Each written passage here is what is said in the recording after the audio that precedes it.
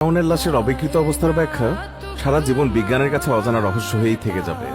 এর ব্যাখ্যা কোনো দিনও কেউ দিতে পারবে না। 1981 সালে তৎকালীন ফরাসি প্রেসিডেন্ট ফ্রাঁসোয়া মিতেরা মমি করে রাখা ফেরাউনের লাশ পরীক্ষা নিরীক্ষা এবং গবেষণার জন্য তা ফ্রান্সে পাঠাতে মিশর সরকারের কাছে অনুরোধ করেন। ফেরাউনের লাশবাহী বিমান যখন ফ্রান্সের মাটিতে অবতরণ করে তখন দেশটির সরকার প্রধান এবং মন্ত্রিপরিষদ সহ অনেক উচ্চপদস্থ ফরাসি কর্মকর্তা লাশটিকে সম্বর্ধনা জানাতে বিমানবন্দরে উপস্থিত হন। মনে হচ্ছিল যেন ফেরাউন এখনো জীবিত রয়েছে এবং তিনিই ফ্রান্সের প্রকৃত শাসক। অভ্যর্থনা অনুষ্ঠানের পর ফেরাউনের লাশ ফ্রান্সের একটি বিশেষ সংরক্ষণাগারে নিয়ে যাওয়া হয়। দেশটির সেরা শল্যবিদ বা সার্জন এবং লাশ পরীক্ষায় বিশেষজ্ঞ এবং গবেষক এছাড়াও প্রত্নতাত্ত্বিকদেরকে সেখানে জড়ো করা হয়।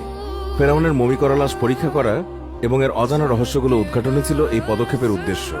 ফেরাউনের লাশ সংক্রান্ত গবেষক টিমের প্রধান ছিলেন ডক্টর মরিস বুখাইলি।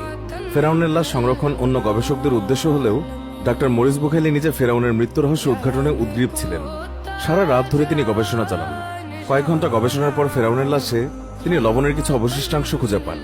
ফলে স্পষ্ট হয়ে যায় সাগরে ডুবেই ফেরাউনের মৃত্যু হয়েছে। মৃত্যুর পর তার লাশ সাগর থেকে উঠিয়ে এনে তারপর মমি করা হয়। কিন্তু ডক্টর মরিস বুখাইলির বিষয়ের মাত্রা ব্যাপক হয়ে উঠেছিল একটি বিশেষ প্রশ্নকে ঘিরে। এই লাশ কিভাবে অন্য লাশগুলোর চেয়ে বেশি মাত্রায় সংরক্ষিত বা অক্ষত রয়েছে? ডক্টর মরিস বুখাইলি যখন ফেরাউনের মৃত্যুর কারণ নিয়ে চূড়ান্ত প্রতিবেদন তৈরি করছিলেন এবং তাতে এটা লেখেন যে ফেরাউন সাগরে ডুবেই মারা গেছে, তখন উপস্থিত সঙ্গীদের একজন তাকে বলেন এই গবেষণার ফলাফল প্রকাশে তাড়াহুড়ো না করাই ভালো হবে, কারণ এই গবেষণার ফলাফল মুসলমানদের মতের পক্ষে যাচ্ছে। ডক্টর মরিস বুখাইলি তা নাকচ করে দেন, কারণ তার মতে এমন ফলাফলে উপনীত হওয়া অসম্ভব।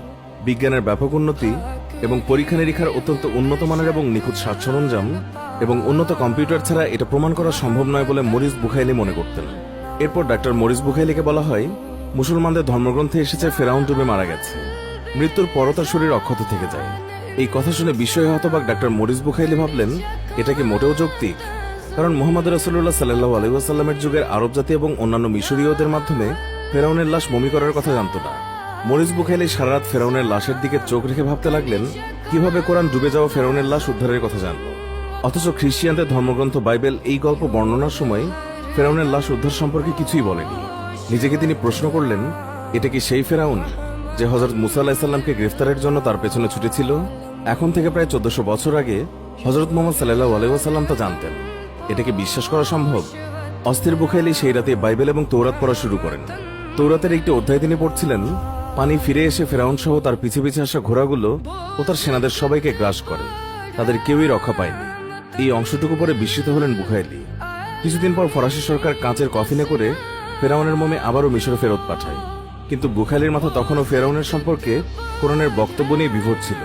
তিনি ফেরাউনের লাশ রক্ষা পাওয়া সংক্রান্ত কোরআনের বক্তব্য সম্পর্কে সুনিশ্চিত হওয়ার জন্য মুসলিম দেশগুলো সফরের সিদ্ধান্ত নেন। ফরাসি সার্জন বুখাইলি সৌদি আরবের চিকিৎসা সংক্রান্ত এক সম্মেলনে ডুবে যাওয়া ফেরাউনের লাশ রক্ষা পাওয়া সম্পর্কে গবেষণালব্ধ নতুন তথ্য উল্লেখ করেন। ওই সম্মেলনে মানবদেহ বিশ্লেষক একজন মুসলিমও উপস্থিত ছিলেন। এই অবস্থায় সেখানে একজন মুসলমান পবিত্র কোরআন খুলে সূরা ইউনূসের 92 নম্বর আয়াত তেলাওয়াত করলেন, যেখানে বলা হয়েছে অতএব আজকের জন্য রক্ষা করছি আমি তোমার দেহকে, যাতে তোমার পরবর্তীদের জন্য এটা একটা নিদর্শন হতে পারে, আর নিঃসন্দেহে বহু লোক আমার মহাশক্তির প্রতি লক্ষ্য করে না। বুখাইলি এই আয়াত শুনে সবার সামনে দাঁড়িয়ে যান এবং মুসলমান হওয়ার কথা এবং পবিত্র কোরআনের প্রতি বিশ্বাসী হওয়ার কথা ঘোষণা করলেন। পবিত্র কোরআনের সত্যতা এভাবে প্রকাশিত হতে দেখে অনেকের চোখ থেকে গড়িয়ে পড়ল অশ্রু এবং হৃদয়ে বইল পরিবর্তনের ঝড়। বুখাইলি বহু বছর ধরে তার গবেষণায় বিজ্ঞানের নতুন তথ্যগুলোর সাথে কোরআনের মিল অমিল খুঁজতে গিয়ে একটি অমিলও পাননি। ফলে কোরআনে কোনো ভুল না থাকার ব্যাপারে তার ঈমান কেবলই দৃঢ়তর হয়েছে।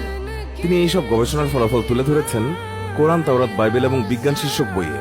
1400 বছর আগেও কোরআন বিজ্ঞানের এত সূক্ষ্ম দিক এত নির্ভুল এবং নিখুঁতভাবে তুলে ধরায় তার সীমাহীন বিস্ময় বিধৃত হয়েছে এই বইয়ে। ফলে তা পশ্চিমা বিজ্ঞানীদের মধ্যে বিস্ময়ের ঝড় তুলেছে। বহু ভাষায় অনুদিত বইটি বেশ কয়েকবার ছাপাতে হয়েছে। অনেক অমুসলিম এই বই পড়ে পরবর্তীতে মুসলমান হয়েছেন। ফেরাউন সংক্রান্ত গবেষণার সাথে কোরআনের দেয়া তথ্যের মিল পেয়ে বুখাইলি উচ্চারণ করেছিলেন কোরআনের এই আয়াত, এরা কি কোরআনের প্রতি লক্ষ্য করে না? এটা যদি আল্লাহ ছাড়া অন্য কারো পক্ষ থেকে হতো তবে এতে অবশ্যই বহু বৈপরীত্য বা ভুল দেখতে পেত। সূরা নিসা আয়াত 82। এছাড়াও আরো জানা গেছে ফেরাউন নিজেকে আল্লাহ বা ঈশ্বর হিসেবে ঘোষণা করেছিলেন, যা ছিল নাস্তিকতার চরম বহিঃপ্রকাশ। আল্লাহ তাকে শাস্তিস্বরূপ তার মরদেহ চিরকাল অবিকৃত থাকার ঘোষণা শাস্তিস্বরূপ প্রদান করেছিলেন, যা পবিত্র কোরআনে বর্ণিত হয়েছে। এই অবিকৃত দেহটি যুগ যুগ ধরে একটি সতর্কবার্তা নির্দেশ করবে, স্মরণ করিয়ে দেবে যে আল্লাহ এক এবং তার কোনো অংশীদারি নেই।